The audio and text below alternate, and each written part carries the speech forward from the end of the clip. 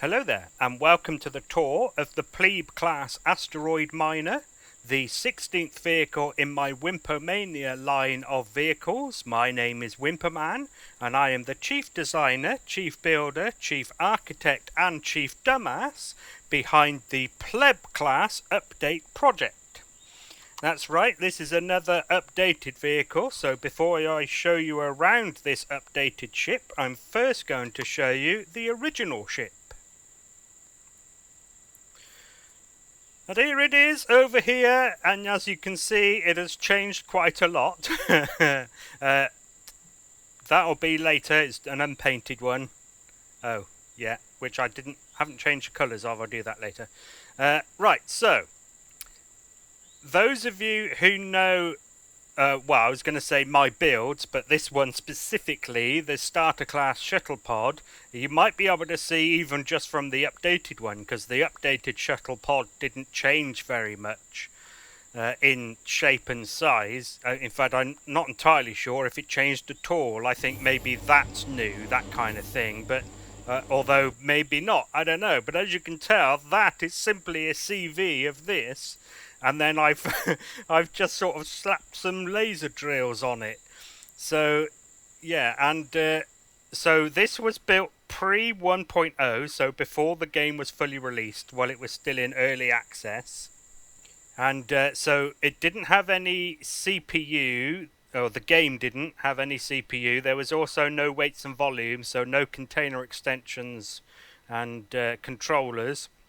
So this was all you needed to collect what you were harvesting with the drills, was this big harvest box here, which is why you could get away with having a small mining ship, because that would hold, so that's not just a 16k like it would be now, and it's certainly not a 250. So before weights and volumes, I mean it could fill up, but I think it was slots.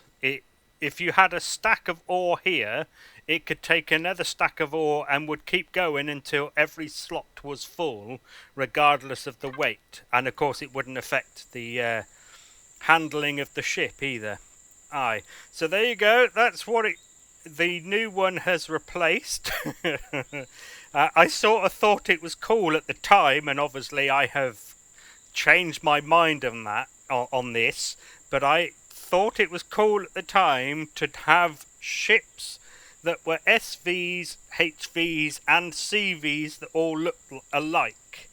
I have obviously changed my mind, but there you go. Right. Oh, and the astute among you will also see that there's a difference in the name. This was Pleb, the new one is Plebe. Can we get a look at there, Plebe with an extra E. Now there is a difference between those two words, it's subtle, and I will cover it more when we get to the other info segment at the end of the video for those who are interested or who care. But simply, pleb I've learnt is the wrong word and plebe is the correct word, but I will explain why I didn't know that at the time. Righto, so that'll be the end of that segment. The next segment then is going to be her role and her task equipment.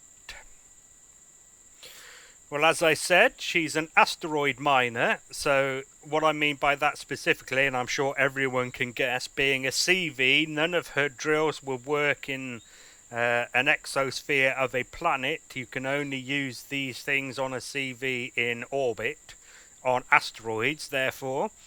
Now, she comes with a drill turret installed, and that is simply because, can I get the right button? That is simply because the drill turrets are, or the tool turrets specifically, are level 20. How far down do I need to go? There we go.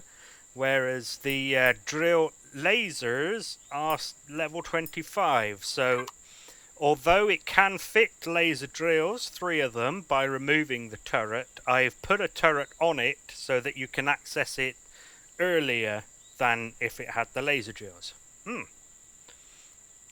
Oh, and it also has 200,000 SU, sorry, I'm still in SV mode, 200,000 SU ore and wood containers. And as I always say, technically you can count the thrusters, because without them it wouldn't be able to move and therefore wouldn't be able to perform its role. Right, that'll be the end of that segment. So the next segment is going to be its propulsion, handling and lift capacity. Where'd it go? Right, the original. Editing's cool, isn't it? It's like time travel. Right, propulsion, starting with its forward thrust as I usually do. So she has 6 medium thrusters for forward thrust, as you can see.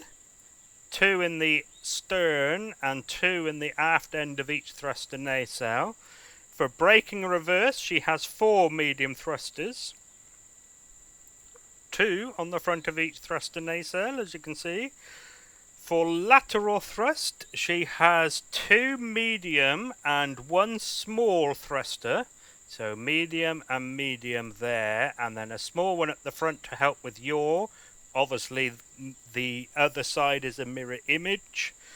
For descent, she has 6 smalls, so 2 at the front there and 1 on the other side, and then 2 on the tops of each thruster nacelle, there and there, obviously matching. And then lift, so she has 6 medium thrusters, as you can see, 2 on the bottom of each nacelle, and another 2 at the front, 1 on each side, to help with pitch and roll and stuff.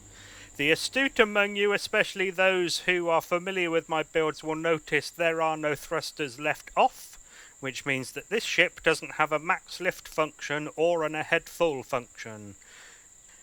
Okay, so that's the thrusters. So its mobility, starting with its maneuverability, it'll accelerate forwards at 74 meters per second squared.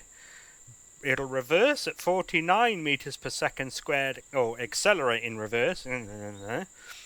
Sideways, laterally, 30 meters per second. Descent, 32. And ascent is also 74. The same as forward, same number of the same type of thrusters. Its agility, it'll yaw at 43 degrees per second, pitch at 45, and roll at 92. Which means it handles something a little bit like this. Hang on. No, they're on. Duh. See, when I say chief dumbass at the beginning, I'm not joking. So this is with pilot mode off, and it's okay. I'm just running out of room on my mouse pad, you know, which is a problem with my my desk, or specifically the keyboard shelf of my desk, rather than the ship. So yeah, I think it's okay, in my opinion, but then of course I'm the builder, I'm probably going to forgive it anyway, aren't I? Okay. So I should also point out it has no RCSs, but it does have a warp drive, because that's part of its propulsion. Right, that'll be the end of the propulsion segment. So the next segment then is going to be its power, fuel and air. So as usual with my tours, I'm going to tell you about this stuff now and then show you where everything is, unless I forget some things later on when we get to the interior layout bit. So its power, it has 2 large tier 1 generators. That's the 1x3x1 sized generators. She also has 16 small fuel tanks. Now I use the small fuel tanks just to keep the cost down. She also has a pentaxid tank, 4 small O2 tanks, 6 ventilators, an O2 station, 1, and she is fully compartmentalized. I forget how many compartments it is. I could figure it out. 1, 2, 3, 4, 5, and then maybe the elevator counts as 6, I suppose. Right, there we go. That'll be the end of that segment. So the next segment is going to be its weapons, defences and construction. Right, weapons then. So stock, she comes only with the maximum allowed of 8 sentry turrets dotted around. There's 3 on each nacelle pointing backwards, and 1 on each side at the front pointing forwards-ish. And I have set those to what I consider to be my general purpose targeting parameters. So they will shoot at any life forms, including predators and infantry, also drones because they're part of the group, and they'll also shoot at the weaponry of small grid vehicles. Although I will cover it again in the upgrading bit, she does also have 5 hard points for the larger sized turrets, so as you find them in loot boxes and stuff, you can arm it up a bit more. There's 1 midships on both sides, 1 on top and 1 on bottom of the bow, and then 1 in between the nacelles at the back. Defences, so she doesn't come with a shield, but there is a place to put one. Again, cover it in the upgrading bit. She doesn't really have any armour, but we'll go and have a look now at what she's made of, and we'll see where the armour sort of applies. So as you can tell, she has my patented structural frame, which in this case is made of... Ooh.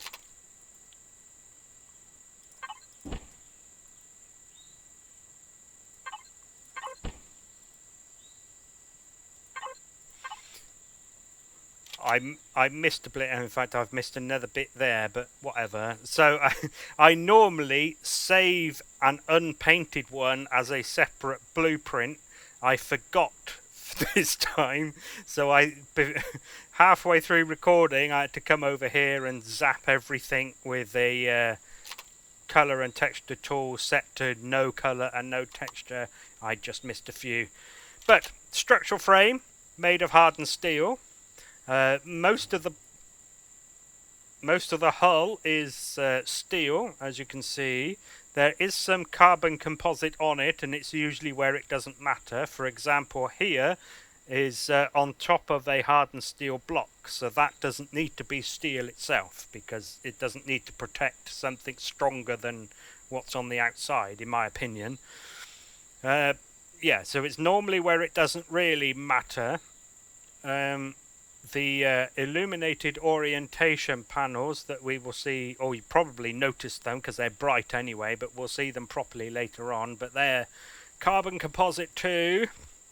As you can see, the the ore and wood containers are on the outside of the ship. I could have made a bulge here, but I like that as an industrial kind of look more than having them internally. So there is a small amount of what's known as lag shot armour made of steel, protecting the warp drive at the back. And that's really about it, I think, in terms of armour. Oh, and yeah, if we go inside, we'll see that where it's not outer hull, the bulkheads are carbon composite, as are the deck plating. Right, there we go. I think we've had a relatively decent look. Oh, the glass I've used is not the armoured or the heavy, it's just the normal. The Windows L without an extra word in front of them. Okay, I think we've had a decent enough look at what it's made of, so that'll be the end of that segment. So the next segment is going to be its resource gathering, production and storage. Okay, resource gathering then, as I said already, it comes with a drill turret installed, but that's it for resource gathering.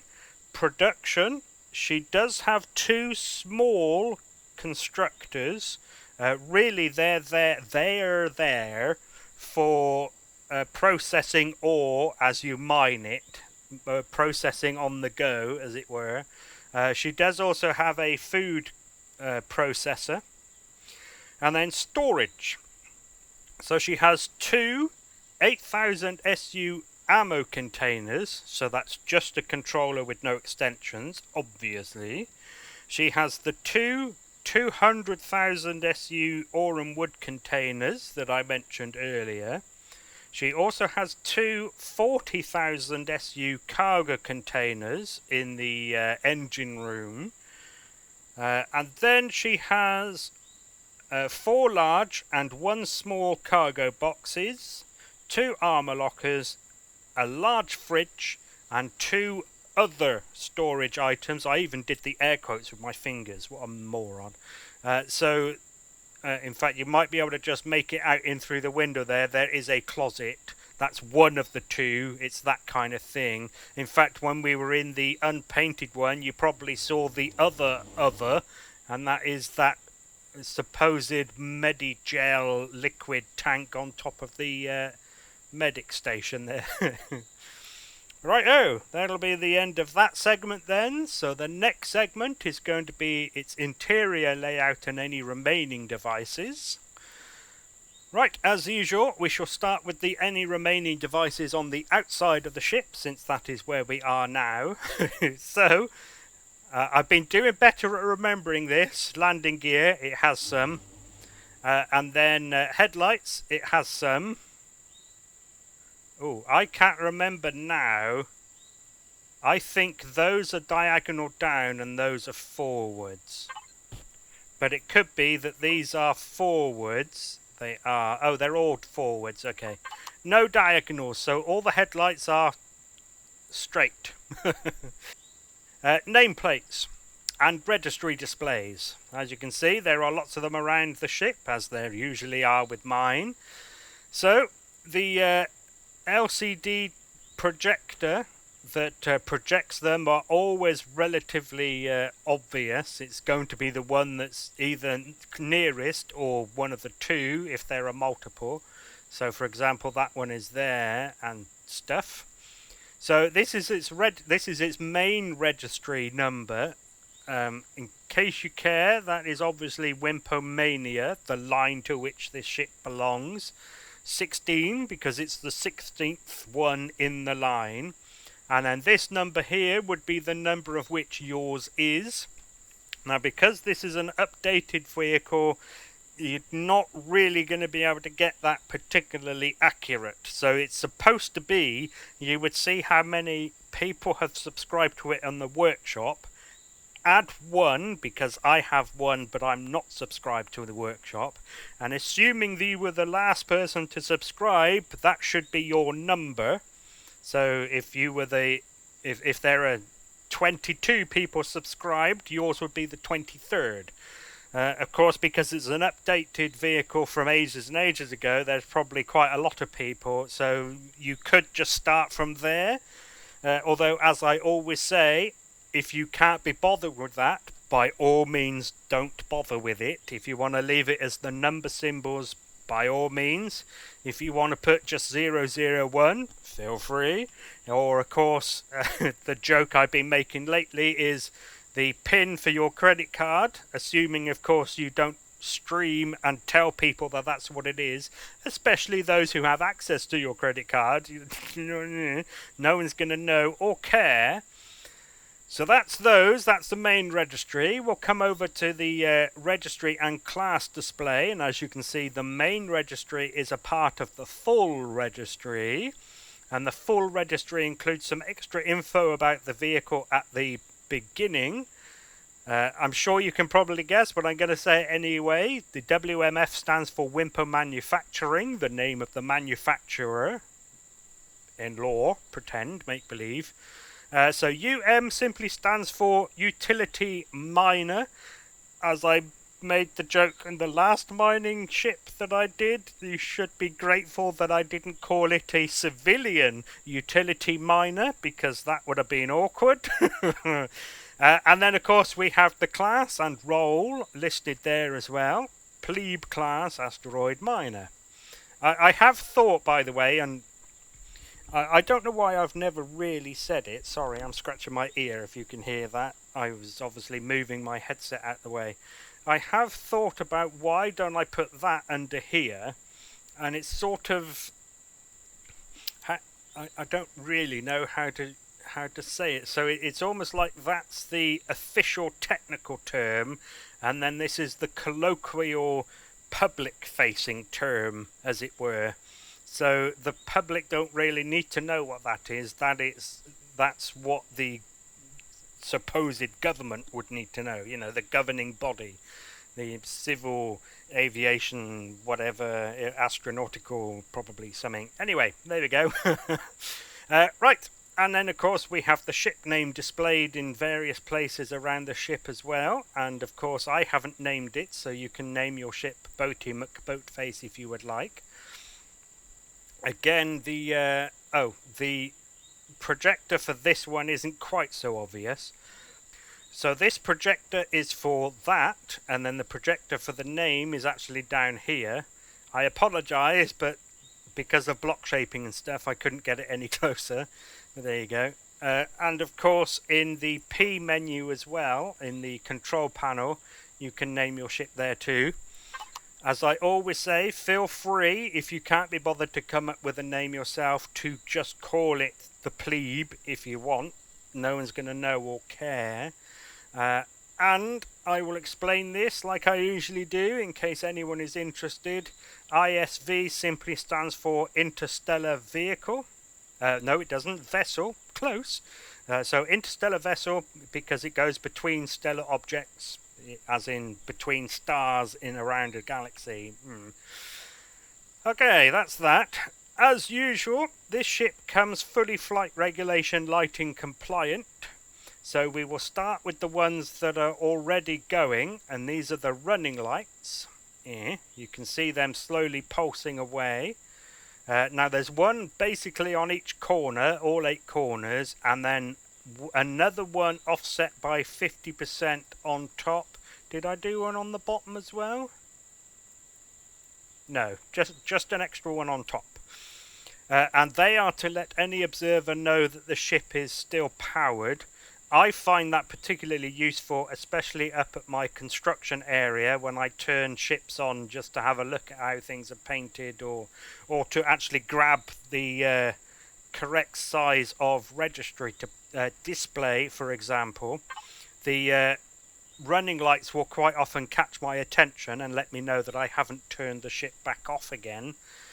But it is especially useful for if you use power save. So with power save on, it turns off, among other things, the registry and name displays, which means it's now less obvious whether that ship is still on or not. But with the lights going, you can tell that it is. Right then.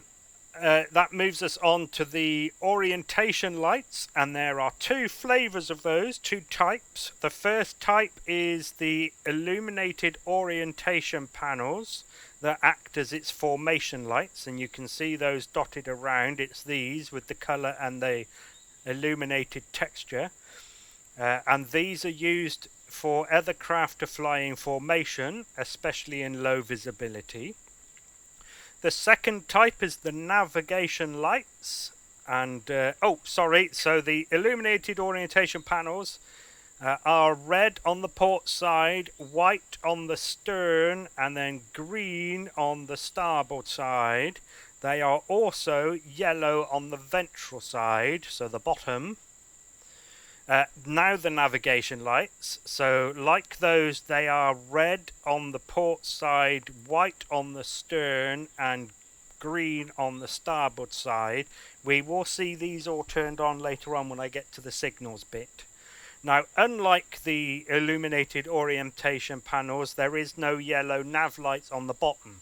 But Wimp, there's a yellow light there. Well, that's actually an anti-collision light, and we'll get to those now. So there are 2 types of anti-collision lights, just like the orientation lights. So the first type is the anti-collision beacons, that, assuming of course that you use the propulsion device group, they will come on automatically. And they let any observer know that the ship's thrusters are powered and it could therefore move at any moment. That one I keep pointing at is one of the anti-collision beacons, by the way. There's also one on top of each nacelle, and they are red, technically light red. Yep. Because up until recently I was accidentally painting them more, well, not painting them, I was setting them all to be the full red instead of the light red, and they should have been light red, but whatever. But they're light red on the dorsal side, and then they are yellow on the ventral side, which is why there are some yellow lights down here. Those are the underside anti-collision beacons.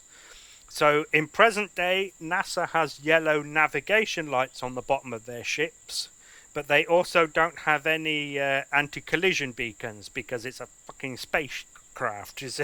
Who's going to be around and near it when the thrusters are powered that they're going to need to know that it could move, so they don't bother with them.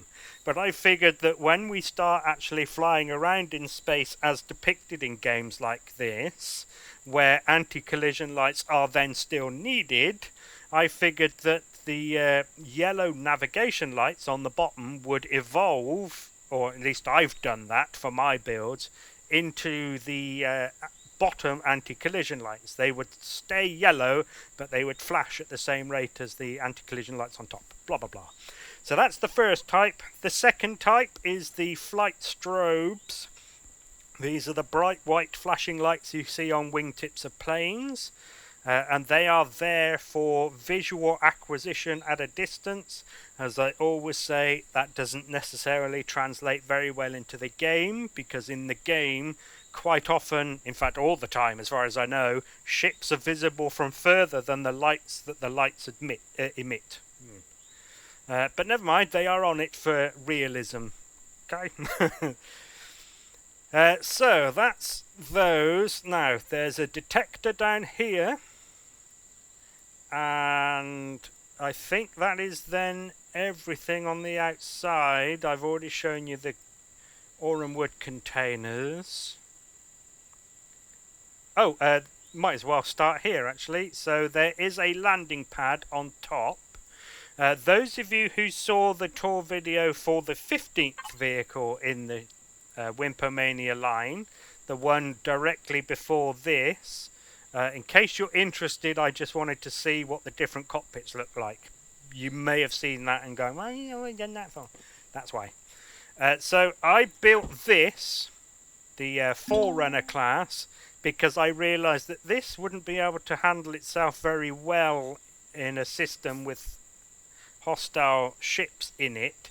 So I wanted it to carry around some kind of combat craft. The only problem was that nothing I had built up to that point that was a combat craft would fit. So the beginner class in the troop dropship configuration was too big. The same but in the gunboat configuration was too big. And the apprentice class raider was too big. So that's why this one came about, was to sit on top of this. I mean, you can put it anywhere, but it was this that made me realise I needed a new, smaller combat ship. Actually, since we're up here... Oh, the lights up here are controlled by that motion sensor there, by the way. There is also a way to get to the thruster nacelles, in case you want to do some work in there, including some ladders.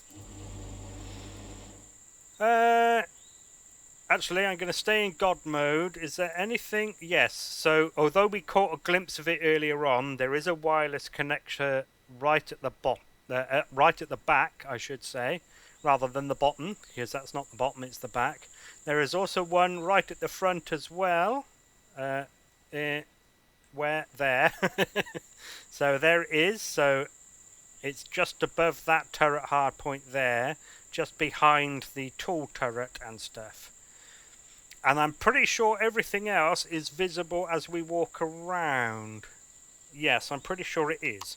Right, so let's fall to the ground, and we shall go in through the ground access, the ground foot access, through the ingress egress point.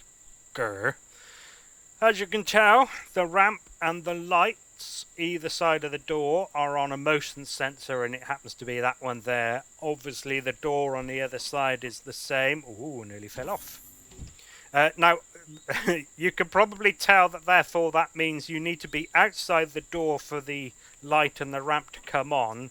But since the ramp has that bit, that big bit there, I thought it was fine. The doors, of course, on this EV are automatic anyway. So those are automatic, not on a motion sensor, but they're automatic anyway. And then we come into the ground access chamber. As you can see, we have some equipment. O2 station. There's the two small constructors. We have a medic station, 2 armor lockers, and a little bit of storage in here. As you can probably tell, the cargo box, painted the same as the constructor, is connected to it. Then we have a screen that tells you that you can put a teleporter here, and the motion sensor to control it is directly above it. So when you replace that screen, simply look for that signal in the on-off of the teleporter. Right, let's stay on this deck. So we go in through these doors, which is obviously an elevator, but we go back into here and we come to the reactor room where the generators are. So I refer to the... so these are power generators. I refer to any generators grouped together physically as then a reactor, for no other real reason than it sounds cool. So we have access to put in extra ones. There's the fuel tanks. There's obviously the ventilator for this deck. It does the whole deck. It's a shame it didn't do the elevator too. For some reason, coming in through there... Oh my god, it might do. Because I changed this around. Oh, whatever. So that, in case you're wondering, that's why these doors are glass with no force fields. It's because I couldn't get oxygen into this elevator based on where the ventilator was. A little bit of a story. So originally the doors into the reactor room were where these windows are. And I realised that was a bit silly, because if you're up on the next deck and you need to go into the reactor room, you would need to come down the elevator, out of the elevator, into the ground access chamber, then into that room. And I thought it was best to go from the elevator into the room without having to come into here. So I moved that around, moved the ventilator around, not thinking that I probably could have gotten away with doing not glass doors, so actual airtight doors, because the air now could probably get into the elevator from there. Whatever, righto, let's go up to the... Oh, so the door up onto the landing pad is obviously at the top of the elevator. So here is deck 2, and we're going to go backwards first and then forwards after. So we have the equipment room here, where we clearly have the core and the CPU extender. All of the O2 is in here, as is the ammo containers.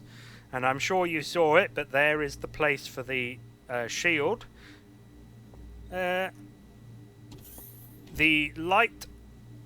lights in here are controlled by that sensor over there. Sorry, I was just deciding what to tell you now and what to keep for the upgrading bit.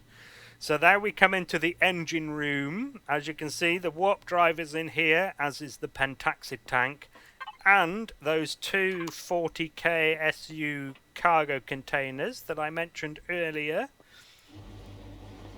In case you want to interact with stuff manually for RP or whatever, I've given you a door and stuff. Obviously a little bit of realism because of the radiation and temperature in here, thanks to the hot and radioactive things like that. Okay, let's move forward then. So back into this foyer area, and forward of that is the habitation. So as you can see, we have a small bedroom with a bed and a closet and a small bathroom type area with a toilet with a sink and a shower. In case you are into RP enough to worry about privacy, I have changed the polarity of those windows so that they are both not see-throughable from the other side, if that was correct English. And then we have a small dinette and living area here. Bench, table, telly. There's the fridge. There's the food processor. The food processor, by the way, outputs... Oh, I forgot to do that. Never mind. I was going to say outputs into that fridge. No, it doesn't. But, you know, people know how to do that. And then moving forward... What is wrong with that door? Moving forward, we have the cockpit. It's not much, but it does the job. Obviously, the wraparound windows is one of the things that makes this a Wimpomania line ship, is to have a wraparound cockpit. And as you can see, the pilot gets some heads-up displays, one of which is its lift capacity and what turns off when you turn power save on. And the other one is the device groups and signals shortcuts display, which I'm going to use now to transition onto its shortcuts and signals. Okie dokie. Oh, hang on. I need to go into God mode for this. Right, so. As usual, please don't auto-group because the... some of the device group shortcuts require my custom device groups to work. Right, so as usual, the top device group shortcut is propulsion, etc. So turning that on will of course turn on all of the thrusters. It will also turn on, as I mentioned earlier, the anti-collision beacons, the light red on top and the yellow on the bottom. Let's stay out here because the next one down was drills, etc. So that will of course turn on the drill turret and the hazard beacons at the front, just for a bit of fun. Oh, should I say this now? Where else would it be if I didn't? So if you're looking to take over the drill turret, you scroll down to the bottom and look for drills, etc. I really could have, if I thought about it, put that as a group 0 or something, but never mind. Drills, etc. I mean, you know, you type that and now you can see not only the drill turret, but the group it's in, and then without searching again, you can now find where that is at the bottom, because it doesn't have a number or a letter in front of it. Right. So that was that. The next few are empty. Oh, those of you familiar with my builds would know that drills, etc. doesn't normally appear that high up. So normally max lift would be here, and then I think emergency power is there, and then something else, and then drills are usually down here. But of course this doesn't have the other ones, so I've moved it up just for convenience. Right, so when we finally get to the next one that's in use, we have production. So that will turn on or off the constructor and both food processors, apparently. Got those the wrong way round, but you know what I mean. Those two and that one, turn them off or on. Artificial gravity. Oh, I've forgotten to point out where the gravity generator is. And that's mostly because I can't remember myself. There it is. There it is. Of course it is, yeah. It's on top of there. In case you're wondering, by the way, one of the reasons I'm forgetting little bits on this vehicle, as I said, is I built this. And I did say in the tour of the Forerunner class that I actually got most of the way through painting this ship before I realised I needed the small combat craft. So I then built the Forerunner and then came back to this. So that's why I'm struggling slightly to remember things. But there you go, there's the gravity generator. There's only one, and it is a small, and it can be turned on and off with that switch. And then last one, we have air vents. Now, as usual, I'm going to say this in case this is the first ship of mine you have seen, but I'm going to try and do it quickly in case you've sat through this lots before as well.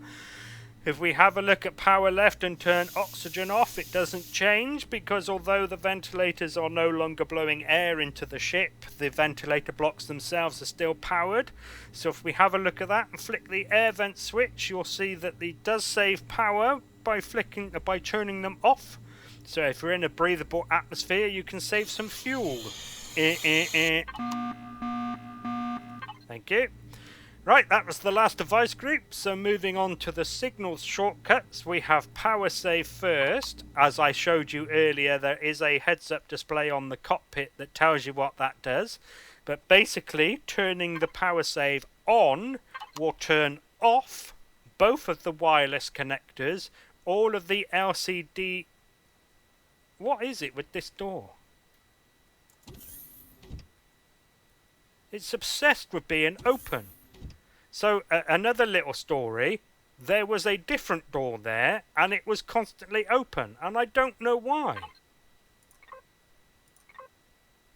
It's not connected to any signal. It's just stupid. That's a stupid door. For some reason, any door in that block space will like to be open. So power save. So all of the LCD displays, including the ones on the outside that display the name and the registries, the Wi-Fi's, as I said, and of course all of the motion sensors and levers. I don't think there are any levers on this ship, but if there are, it'll turn those off as well to save power. So that's that one. The next one down is weapons. That will of course turn on all of the sentry turrets. As you add extra weapons to this, please obviously then add, I mean, unless you're okay using this one, but this one will of course turn on and off the tool turret as well, or the drill modules once you've installed those. But yeah, add that signal. Then we have the nav lights and the flight strobes. As I said earlier, the nav lights show any well, no, actually I left this bit out, but it doesn't really matter. They show any observer in which direction the ship is facing or travelling or moving. Some could argue that the formation lights do that too, but whatever. Red on the port, the white one on the stern, and of course green on the starboard. And the flight strobes, you can already see them flashing away. So I have a single one at the front and a double one on the nacelle. There's the single one that is offset by 50%, as it were. And there's the two that are offset by, I don't know, 6% or whatever I put it in. 10%. Okay, whatever. So there you go, that's those. Then of course we have the headlights. Now I like to do this because if you are in the pilot's... Hang on.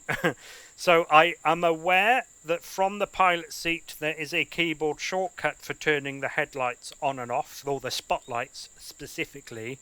Now I like to give a switch as well, because if you accidentally leave them on and you get out and you're walking around outside the ship, you notice them on.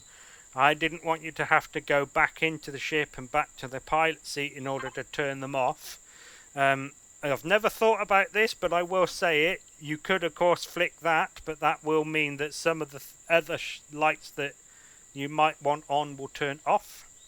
So I've given you a switch so that you can turn them off from the outside, is the idea. And finally we have close hatches. Yeah, like I said, I've built another ship in between building this and painting and releasing it, so I need to remember where they are. I don't think they're... oh, these.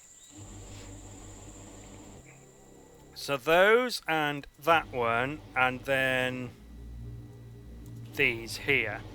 So if you are in the pilot seat and you notice that some of them are open, I've given you a switch to close them. You flick the switch, it'll close any that are open, and it will only close them. It won't open them again. See? Nothing open.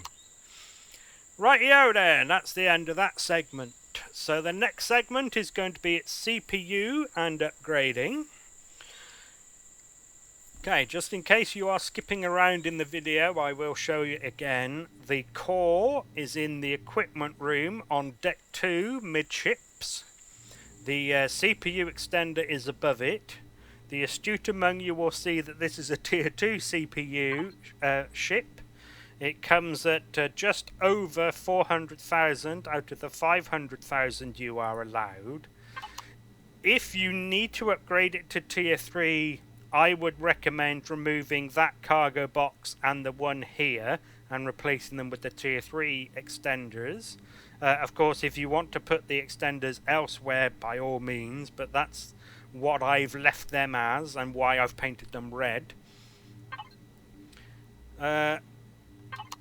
So, in terms of upgrading, as you saw earlier, but I will point it out again, just in case, like I said, anyone's skipping around in the video, you remove these blocks and you've now got a 3x3x3 space for a shield generator.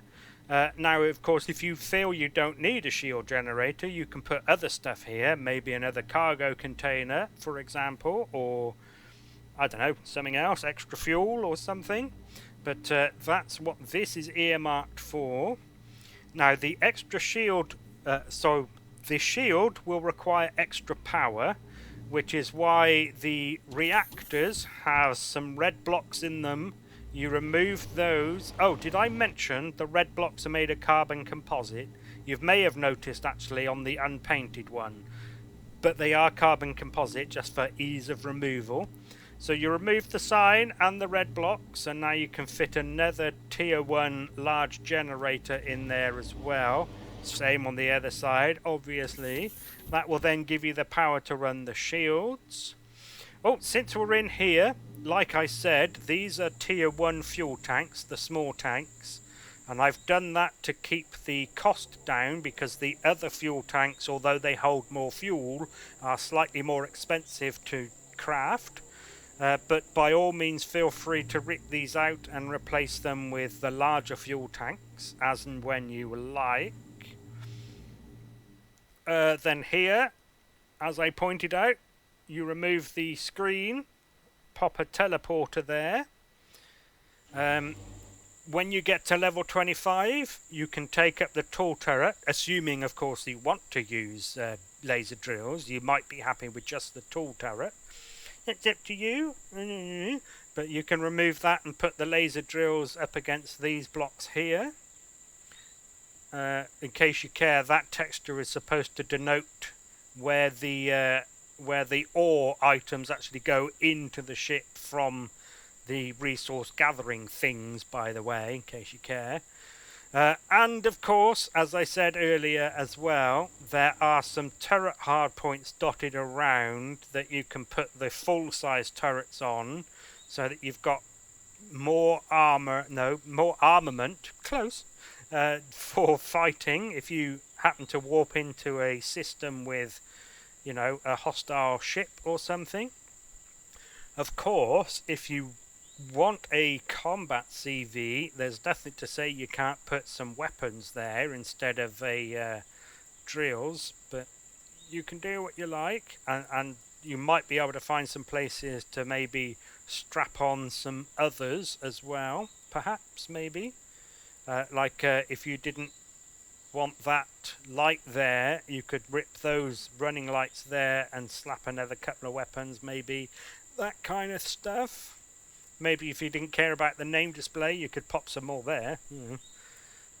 Oh, and lastly, for upgrading, in the thruster nacelles, you may have noticed when I opened these and showed that you can walk across here to get into them. The thruster nacelles are full of truss blocks. Feel free, of course, to remove these to give you extra space for putting stuff in, more fuel or more O2 or more storage or whatever. I tend to avoid doing that with ships that aren't shielded, but since this ship can have a shield added to it, I've left them empty but able to be put stuff in. So ships with shields, I'm not all that worried about putting stuff in the thruster nacelles because the ship has shields. Aye, so there you go. Right, that'll be the end of that segment then. So the next and last segment is going to be any other info. Right, I'm going to start, like usual, with the damage texture. So before I start painting, I paint all of the blocks, all surfaces of all the blocks, I should say, with this texture, which, in case you care, is that colour there with that texture there. Now that to me looks like smouldering metal, and it certainly looks more like damage than that does, because that those textures are just used elsewhere on the ship.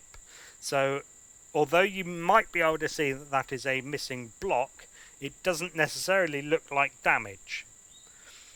So I give you that so that it looks more realistic. Right. Whoops. There we go. You have two colours to choose from. It of course comes in the Wimpomania blue that all of the Wimpomania ships do, and it also has a mining orange that you can use as well. Obviously that one there. Obviously feel free to change those with the customize thing if you want. Configure even. Alright, so that's that. Right. Oh, I'm going to talk about the blinkies first. So, if you don't like the blinking lights, I will talk to you now about how to deal with them. So, the running lights. So you need to scroll down to the bottom and find regulation lights. Reglits. And the running lights are there. You simply deactivate the device group and then that's it. They will never pulse again. Likewise, if you don't like the anti-collision beacon lights coming on when you use this propulsion etc. switch, although with this ship it's not quite so problematic to use this thruster switch instead of that one, because this one doesn't leave any thrusters off for another switch to turn on, so you could just use that one. The problem with the general shortcuts of course is there is no keybind for doing these. Well, I mean there are with some of them. So the pilot mode has one, auto brake has one, the shield has one, and power, but the rest sort of don't, including the thrusters. So if you want to turn the thrusters on and off without opening the control panel, then you would use this, which of course would still turn on the anti-collision beacons. Of course it doesn't always work. Quite often you need to open up the control panel and then close it again in order for then the keybinds to actually work the shortcuts, because you know, Elion. No, that's the wrong button. So if you don't like the anti-collision beacons, again you scroll to the bottom. If the anti-collisions are if the anti-collision beacons are lit because the device group is active, because you actually have the propulsion etc. turned on, make sure you deactivate the switch here and then remove the shortcut, and then they will never come on again.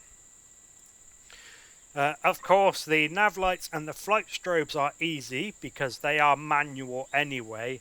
I would like, actually, and I'm probably going to do it with my own ships when I actually start a Let's Play, I'm going to set up signals connected to the landing gear, and I would have liked to do this, and it's that signal that would control the nav lights and the flight strobes. So when the landing gears are retracted, they come on automatically. I haven't done that because I understand, thanks to people reviewing my ships in videos, that some people don't like the flashy flashes, so I haven't done that, but I would have liked to. And actually that is why I then take the time to go through and explain how to deal with them. There is of course one set of lights left to cover, and that is the hazard beacons that come on with the drills etc. I'm sure you can figure it out because it's basically the same as those. You find the hazard beacons group and you remove the shortcut. If they are active at the time, deactivate them. Okay, now we come to the names then. So, the naming convention of the Wimpomania line, because I consider myself to be a noob at building, that is N-O-O-B, sometimes spelt with zeros if you're being leaked. But I then name the Wimpomania ships words that mean synonyms for newbie, N-E-W-B-I-E, someone who is new at something, or words that mean someone who is the first at something. Now, that gets me on to the name change, the Pleb to Plebe. Pleb to Plebe. A little story about my background, actually. So when I was a teenager, I was in the Air Training Corps. That's the RAF's Air Cadets. They're the Royal Air Force. I'm British, by the way, in case anyone couldn't tell from my fucking accent. So, in the Air Cadets, there are two, what would you call it, like two organisational systems. There's the rank structure, and then there's a class structure. Now, ranks, of course, are exactly what you would expect. So the first one in the Air Force is Corporal, talking non-commissioned officer for those who understand that, by the way. So Corporal, Sergeant, Flight Sergeant, Cadet Warrant Officer, and then adults would be not cadet of those ranks. But also there was a class system. Now there was 4 achievable classes. Obviously there's 5 total because you start at the bottom. That bottom one is known as Probationer. And some of you will already know that one of my ships is called the Probationer. It's either out already or it's one waiting to be updated. I can't remember which because there's so many of them. So, Probationer. Then every year you would learn some subjects and then take basically a piss easy exam for each subject. And assuming... So each class would have maybe 5 subjects in it. So the classes were first class, leading class, senior class, and staff class. And you would take about 5 subjects for each-ish. So that would be something like airfield operations or aircraft recognition, camouflage and concealment. There was radio ops and rifle shooting, rifle proficiency, and that all that kind of stuff, leadership skills, that kind of jazz. I can't remember exactly whether sports or PT was one of them. It may have been. The organisation and history of both the Air Training Corps and the RAF would probably have been 1 subject. It may have been 2, but I think it was 1, but whatever. So you learn whatever it is in the class. So first class, you would learn them. You would take the exams for each subject. Assuming you passed all the piss easy exams, you would become a first class cadet. So first class, leading and senior, you would get a little badge to go on your arm. For those who care, it would go on a brassard, which is like a thin bit of cloth that would go on your right upper arm, onto which you could sew badges. So rifle proficiency and pilot's wings and that kind of stuff. At the top of every single one would be the squadron number, but whatever. And staff class, in case you care, so the staff class wasn't a badge that went on the brassard, went on your shoulder. It was actually a yellow bit of rope called a lanyard that went over the shoulder and attached to the right breast with a button, a special button. And I can tell you, as someone who became a staff class cadet, when you got that yellow ribbon on your chest and you're one of only 2 or 3 in your squadron with it, you kind of felt like hot shit. So the reason I'm telling you all of this is because if you were a cadet who didn't have a rank and you weren't in there long enough yet to be anything other than a probationer, so you hadn't been promoted and you hadn't earned a class through your exams, yeah, like I said, you were a probationer cadet, and people referred to probationer cadets as plebs. Here's the thing, and why the name has changed. And this has been on the screen for a while now, so you may have already read it. So a pleb refers to someone who is ordinary, or of low social class. However, if we have a look at the definition for plebe, we see it's a newly entered cadet or freshman, especially at a military or naval academy. I only ever heard the word pleb used in the Air Cadets, never outside of it. And I always heard it pronounced as pleb, with no extra E. It could be that they were referring to the cadets with no class and no rank as an ordinary person. More likely, they were actually using the word pleb as this definition, and was therefore wrong. Not that it really matters, but that explains the name change. It's because I recently found out. So, as I said, all of the ships in the Wimpomania line are either people who are new at something or people who are first at something, or the synonyms of those.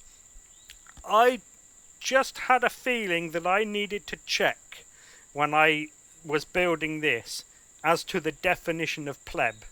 And I'm glad I did, because it's wrong. So there you go. That long-ass story explains why it's now plebe instead of pleb.